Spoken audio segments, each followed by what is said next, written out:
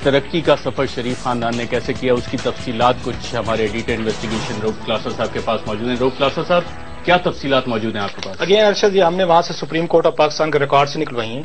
जो पेपर वहां पे सबमिट किए गए थे उसमें आप कह सकते हैं मियां साहब की फैमिली से रिलेटेड इनकी टैक्स डिटेल्स भी वहां जमा करवाई गई हैं और वहीं से हमने पूरी रिपोर्ट वहां निकली है। और जो डाटा जो अब हम देने वाले हैं तमाम के तमाम आप कह सकते ऑफिशियल डाटा वहां पे जमा है और सुप्रीम कोर्ट ऑफ पाकिस्तान के रिकॉर्ड में मौजूद है, चीफ जस्टिस ऑफ पाकिस्तान साहब की अदालत में।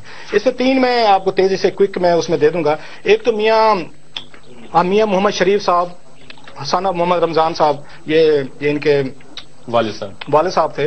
तो उनके बारे में टैक्स डिटेल जो दी गई है कि उन्होंने 1945 से लेकर 1984 50 सालों में इत्तेफाक फाउंड्री जो भी उनके थे इनकम थी, तो उन्होंने इसमें दिखाई कि इन 50 सालों में 78 लाख रुपया उन्होंने कमाया या डिक्लेयर किया उन्होंने वहां पे टैक्स अथॉरिटीज को। ये 78 लाख रुपीज उन्होंने 50 सालों में कमाया मियां शरीफ साहब ने। 1945 से लेके ये 1994 तक 1994 तक उन्होंने वहां पे 78 लाख रुपीज इनकम उन्होंने कमाई। 78 लाख रुपए 78 लाख रुपए उन्होंने कहा इनकम हुई इन 50 सालों में। इस पर टैक्स उन्होंने दिया 19 लाख रुपया टैक्स दिया उन्होंने। एक इसके बाद आते मोहम्मद नवाज शरीफ साहब पे, इनकी टैक्स डिटेल्स भी वहां सुप्रीम कोर्ट ऑफ पाकिस्तान के इस रिकॉर्ड में मौजूद हैं जहां से हम निकलवा के लाए। तो वो ये कहते हैं कि मियां साहब के नाम पे जो बिजनेस इनके कंसर्न थी या इन पे मिले थी वटेवर, तो उसमें से 38 लाख रुपए इन्होंने कमाए। ये इन्होंने कमाए 1971 से लेके 1984 तक।